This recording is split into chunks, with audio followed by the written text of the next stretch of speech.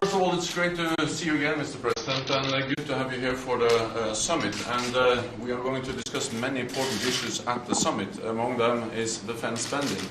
And we all agree that we have to do more. I agree with you that we have to make sure that allies are investing more. The good news is that allies have started to invest more in defense. After years of cutting defense budgets, they have started to add billions to the defense budgets. And last year was the biggest increase in defense spending across Europe and Canada in a generation. Why was that last year? It's also because of your leadership, because your clear message. They won't write that. No, I have said it before. But the thing is that it really has. Your message is having an impact, and we are going to build on that to make sure that we have further increases. You initiated last year that all allies are going to develop national plans on how to spend more on defense. And based on these national plans, we now estimate that European allies and Canada will add 266 extra US dollars for defense from now until billion US dollars until 2024. So this is really adding some extra money. It helps, and we are moving in the right direction. But we still have to do more, and that is what we're going to address at the summit later on today. Let me also add that strong NATO is good for Europe, but it's also good for the United States. The US military presence in Europe helps to protect Europe, but it also helps the United States project power to the Middle East, to Africa, and I think also that the military clout of Europe, the economic clout, the political clout, also is helpful dealing with Russia, and we look forward to the meeting we're going to have with President Putin, and I think that leaders are also looking forward to your thoughts about the meeting with President Putin later on. Well, I have to say, I think it's very sad when Germany makes a massive oil and gas deal with Russia, where you're supposed to be guarding against Russia, and Germany goes out and pays billions and billions of dollars a year to Russia.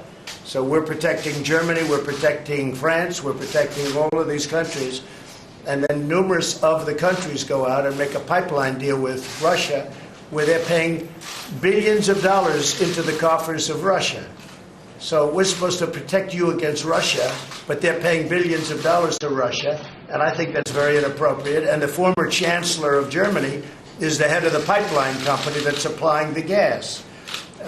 Ultimately, Germany will have almost 70% of their country controlled by Russia with natural gas. So you tell me, is that appropriate? I mean, I've been complaining about this from the time I got in. It should have never been allowed to have happened. But Germany is totally controlled by Russia because they were getting from 60 to 70% of their energy from Russia and a new pipeline. And you tell me if that's appropriate, because I think it's not. And I think it's a very bad thing for NATO, and I don't think it should have happened. And I think we have to talk to Germany about it. On top of that, Germany is just paying a little bit over 1%, whereas the United States, in actual numbers, is paying 4.2% of a much larger GDP. So I think that's inappropriate also. You know, we're protecting Germany, we're protecting France, we're protecting everybody, and yet we're paying a lot of money to protect. Now, this has been going on for decades. This has been brought up by other presidents, but other presidents never did anything about it because I don't think they understood it or they just didn't want to get involved. But I have to bring it up because I think it's very unfair to our country. It's very unfair to our taxpayer. And I think that these countries have to step it up, not over a 10-year period. They have to step it up immediately. Germany is a rich country. They talk about they're going to increase it a tiny bit by 2030. Well, they could increase it immediately tomorrow and have no problem. I don't think it's fair to the United States. So we're going to have to do something because we're not going to put up with it. We can't put up with it, and it's inappropriate. So we have to talk about the billions and billions of dollars that's being paid to the country that we're supposed to be protecting you against. You know, everybody's talking about it all over the world. They'll say, well, wait a minute, we're supposed to be protecting you from Russia, but why are you paying billions of dollars to Russia for energy. Why are countries in NATO, namely Germany, having a large percentage of their energy needs paid, to Russia and taken care of by Russia? Now, if you look at it, Germany is a captive of Russia because they got rid of their coal plants, they got rid of their nuclear.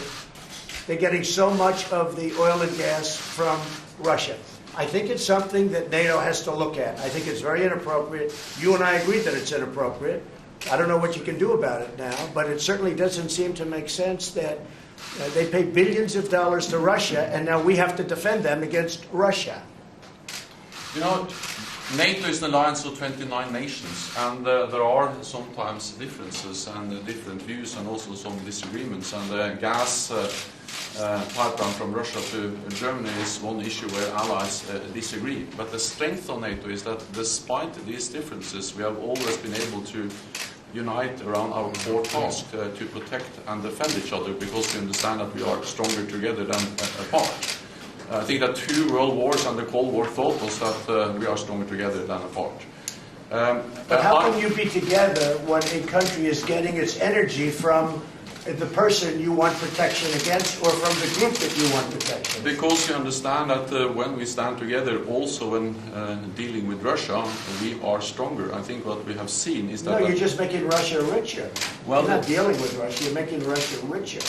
So I think that even during the Cold War, NATO allies were trading with Russia. Then there have been disagreements about what kind of trade arrangements we should go into. I think trade is wonderful. I think energy is a whole different story. I think energy is a much different story than normal trade. And you have a country like Poland that won't accept the gas. You take a look at some of the countries, they won't accept it because they don't want to be captive to Russia. But Germany, as far as I'm concerned, is captive to Russia because it's getting so much of its energy from Russia. So we're supposed to protect Germany, but they're getting their energy from Russia. Explain that. And it can't be explained, you know that. All right, thank you, press. Thank you. Thank you. Thank you, press. Thank you, press. Thank you. Thank you, press. Thank you.